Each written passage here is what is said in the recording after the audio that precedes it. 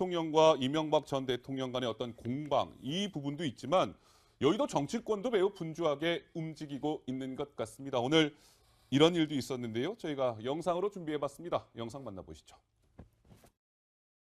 국민의당과 바른정당은 힘을 합쳐 통합개혁신당을 만들겠습니다.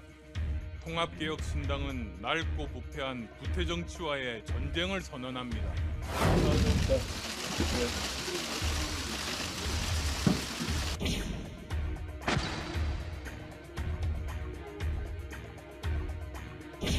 아름다운 선택의 자유가 있습니다. 난 거부하지 않습니다. 그래서 입장하고 계십니다. 자랑스러운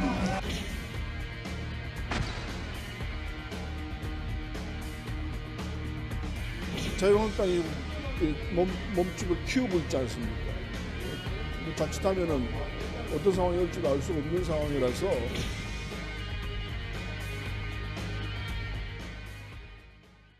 네, 자 오늘 말도 많고 탈도 많았던 국민의당과 바른정당이 전격 통합 선언을 했습니다.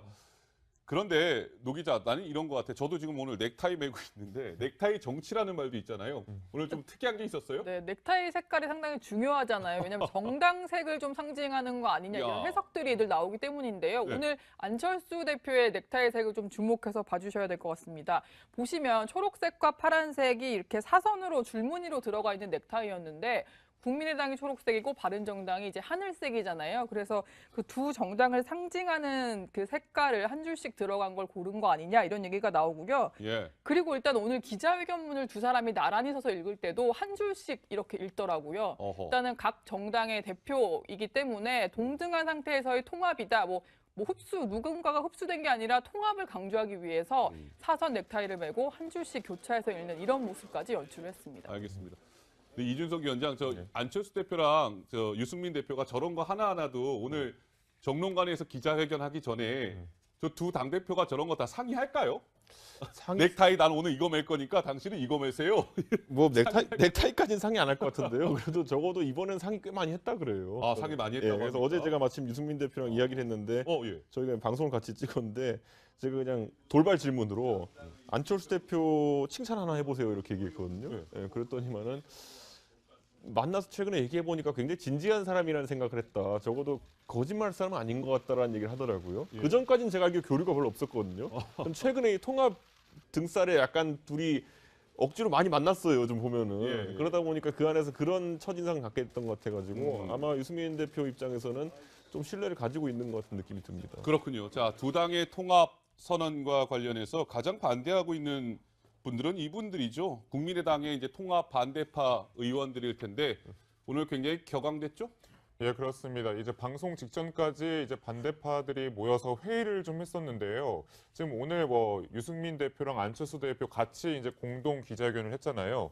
그래서 이 당을 새로 생기는 개혁신당을 안이유 정당이다라면서 이제 상당히 이제 비난을 좀 하기도 했었는데. 안이유. 제가 그 격렬한 목소리를 방송 직전에 통화를 했거든요. 박지원 전 대표의 목소리 한번 들어보시겠습니다.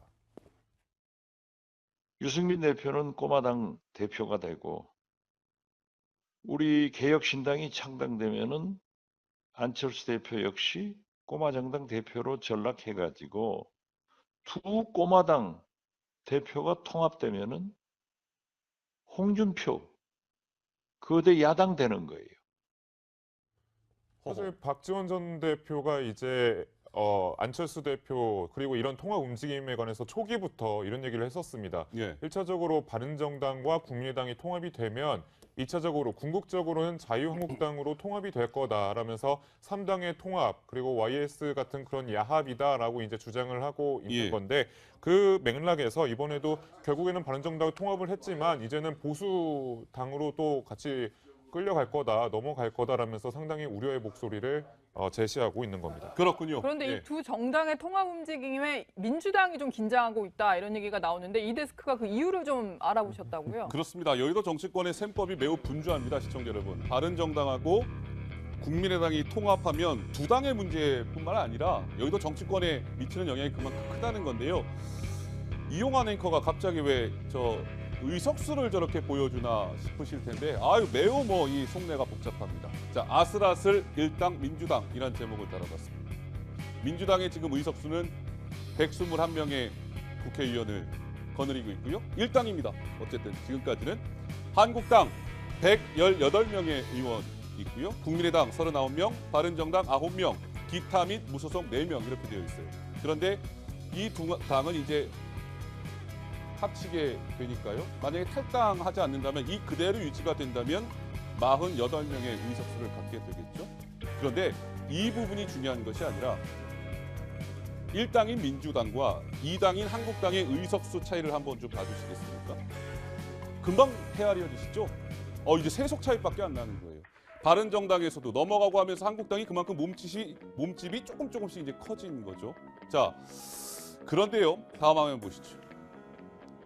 이게 있습니다. 이게 중요한 건데요. 이제 하반기 국회의장을 선출을 해야 됩니다. 현 정세균 의장의 임기가 5월 달로 끝나요. 그러니까 5월 안에는 이제 하반기 국회의장을 뽑아야 되는 건데 국회의장 놓칠까 소가리를 하고 있습니다. 어느 정당이요? 민주당이 그렇습니다. 자, 현재 지금 여당 내에서는 국회의장 후보군이 대략 이렇습니다.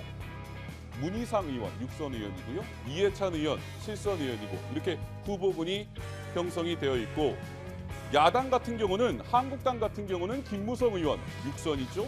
그리고 정호택 의원 원내대표를 지낸 정호택 의원이 4선입니다.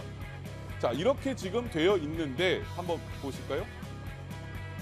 그동안 관례적으로 봤을 때 시청자 여러분 이 국회의장은 이제 무기명 투표를 통해서 뽑기는 하지만 그러니까 1당 의석수가 가장 많은 정당이 다수당에서 국회의장을 배출해 온 거죠. 그러니까 민주당은 걱정이 되는 거예요. 이거 의원수가 더 막 한국당이 늘어나서 1당 자리를 뺏기면 혹시 그 의장 한국당한테 넘어가는 거 아니야? 이런 걱정이 있다는 거죠.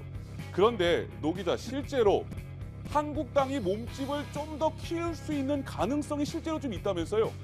실제로 지금 좀 얘기를 해드리면 무소속 의원 중에 보수 야당 출신 인사들이 좀 있습니다. 대한애국당 조원진 대표가 그렇고요. 그리고 무소속 이정은 의원도 새누리당 대표를 지냈잖아요. 그래서 저 무소속 의원들이 보수 통합의 어떤 기류 속에 더 들어올 수도 있다 이런 얘기들도 나오고 그리고 제가 방송 전에 이준석 위원장한테 물어봤더니 가능성 없다고는 하는데 바른정당에서 혹시 뭐 1명 이상이라도 추가로 더 탈당을 하겠다라는 이제 결심을 하게 된다면은 120석을 훌쩍 넘게 되니까 홍준표 대표 입장에서는 좀 시기를 봐가면서 제1야당이 될 수도 있겠다. 이런 좀 기대감을 품고 있지 않을까 이런 생각을 해봅니다. 예.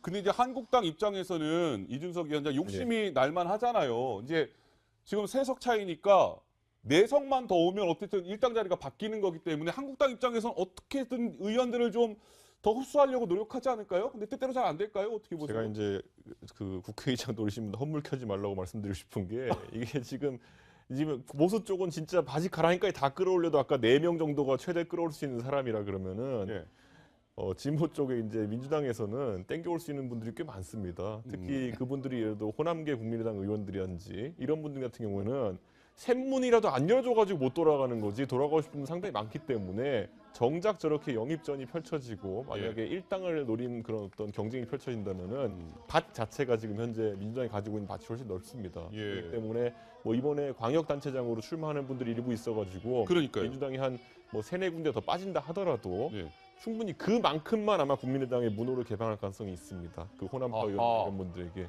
그렇기 때문에 그런 부분은 아마 자유한국당도 잘 알기 때문에 무리하게 움직이지는 않을 겁니다. 그러니까 이준석 위원장 말씀하신 것처럼 시청자 여러분 6월 13일 날 지방선거가 있는데 지금 민주당은 행복한 고민에 빠져 있잖아요. 현역 의원들 가운데 너도 나도 지금 출마하려고 하는 사람들이 너무나 많은 거예요. 근데 이게 자칫 당선이 되면 그만큼 의원 중에서 당선이 되면 말이죠. 그만큼 의원 수가 줄어드는 거잖아요. 여기에 또 좀 고민이 있는 것 같아요. 그렇죠. 왜냐하면 지금 민주당 안에서 지방선거 출마를 저울질한다는 의원들이 20명 안팎으로 이제 좀 추정이 되는데 사실 당내에서 경선을 할 때는 의원직을 유지를 할 수가 있는데요. 만약에 본선 후보로 나서게 되면 본선은 의원직을 달고 나갈 수가 없기 배지를 때문에 떼고 나가야 되는 배지를 떼고 나가야 됩니다. 그런데 지금 이제 지역만으로 봐도요. 제가 세하려 보니까 이제 서울부터 시작해서 수도권부터 시작해서 전국적으로 현역 의원들의 도전이 좀 이어지고 벌어지고 있기 때문에 네. 뭐 최대한 10명 정도가 의원직을 내놓고 나설 수도 있는 상황이거든요. 그렇기 때문에 민주당은 후보군이 많아서 좋기는 하지만 의원직을 많이 내놓고 나가게 되면은 의석수가 많이 줄어들기 때문에 이것도 약간 행복한 고민인지 어쨌든 심각한 고민이 좀 시작된 것 같습니다. 아까 박지원 대표 전화 연결했을 때 굉장히 당당하시잖아요. 예. 믿는 구석이 이 부분입니다. 보면은 지금 어허. 민주당 같은 경우에는 의석에 대한 목마름이 있을 것이다라는 네. 생각을 하고 계시기 때문에 결국 아까 통합개혁신당을 따로 추진하신다라는 얘기를 하셨잖아요. 근데 그 정당이라는 것이 지금 교섭단체를 넘긴다고 해가지고 구심력을 발휘하기 힘든 게 지금까지 박지원 대표는 항상 대권 주자랑 함께 하시지 않았습니까? 김대중 대통령부터 시작해가지고. 예, 예. 그런데 그 정당은 일시적으로 대권 주자가 없는 상황에 놓이기 때문에 유력 대권 주자가 없는 상황에 놓이기 때문에 오래 지속될 정당은 아니다라고 보고 그렇다면 결국에는 민주당까지 포함한 나중에 의석수를 놓고 이제 정계 개편이 이루어질 가능성이 있습니다. 예. 봤을 때는. 근데 진짜 그거 확실한 거예요, 이준석 위원장. 원래 박인숙 의원도 네. 바른정당의 박인숙 의원도 네. 탈당 안 한다고 했다가 의원들 상의도 없이 전격적으로 탈당해서 지금 한국당 갔잖아요. 그러니까 지금까지- 혹시 또 그런 의원 나오는 거 지금까지 아니에요? 제가 탈당 사태를 여러 번 겪으면서 네. 진짜 예상도 못했던 건 이번에 박인숙 의원 한 분밖에 없습니다. 아, 그래요? 그 전에 예를 들어 김세현 의원이나 아니면 그 전에 9분이라는 이런 분들은 상당히 오랜 기간 대화도 하고 이러면서 분위기가 감지되기도 하고 또 설득하는 노력도 있었고 했는데 네. 박인숙 의원님은 그것과는 좀 별개의 좀 다른 개인적인 이유인 것 같아요. 그래서 오. 아무도 몰랐습니다, 진짜 솔직히. 그렇군요. 예. 그러니까 지금 뭐 아까 노 기자도 얘기했지만 지방선거 관련해서 민주당은 뭐 지금 출마하겠다는 의원들이 지금 뭐 강 기자 한두 명이 아니잖아요. 그렇죠? 예, 그렇습니다. 전국적으로. 뭐 예. 기본 뭐 따져도 일단 서울시장 후보만 해도 여러 명이고요. 그러니까요. 그리고 뭐 경기지사 포함해서 주요 요직마다 그런 주요 골목마다 이제 한 명씩 출마를 하겠다는 사람들이 있는데 이 사람들 당선되면은 사실 의석수가 줄어들지 않겠습니까? 그래서 아까도 영상 보셨지만 민주당 내부에서는 이제 국민의당과 뿌리가 같으니까 다시 합치자라면서 약간 끌어들이는 그런 뉘앙스의 말들을 많이 하고 있더라고요. 네, 네. 하지만 국민의당의 그런 의원들이 다시 민주당으로 돌아갈지 아니면 어떻게 될지는 좀 더 지켜봐야 될 것 같습니다. 알겠습니다. 정치권의 셈법이요, 시청자 여러분, 이렇게 복잡한 겁니다. 예. 국회의장을 놓고도 물밑에서 치열한 신경전이 벌어지고 있습니다. 자, 정치부 기자들의